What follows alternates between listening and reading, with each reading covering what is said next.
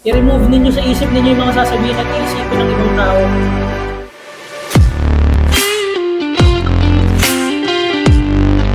Ito yung tatlong malalaking gastos ng negosyo mo.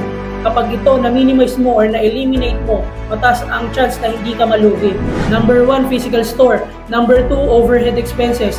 Number 3, advertisement. Kung ma-minimize mo yan or ma-eliminate mo yan at makahanap ka ng paraan to do that, sobrang gaganda ang cash flow ng negosyo mo. Paano mo ma-eliminate yan? Unahin natin yung physical store. May mga business minsan na hindi naman talaga need ng physical store. Instead, ibuhos mo lahat ng energy and the resources ng negosyo mo sa pagpapalakas ng online platform ninyo. Ang daming social media platform ngayon na magagamit mo ng libre. Wala ka pang malaking gasto sa physical store. Pangalawa, yung overhead expense. Paano natin ma-minimize yung gasto sa mga empleyado? My solution is, huwag mo i-fix rate yung mga empleyado lalo kung nag-umpisa ka pa lang. Gawin mong per gawa yung bayad or commission per result. Hindi ka dyan mapapamahal dahil mataas man yung ibayad mo sa mga tao mo.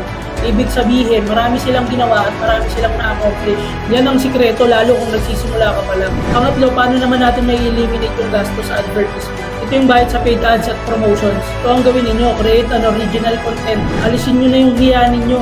I-remove ninyo sa isip ninyo yung mga sasabihin at iisipin ng ibang tao. Pwede rin kayo mag-live and mag-share ng mga contents. Hindi kayo gagastos dyan.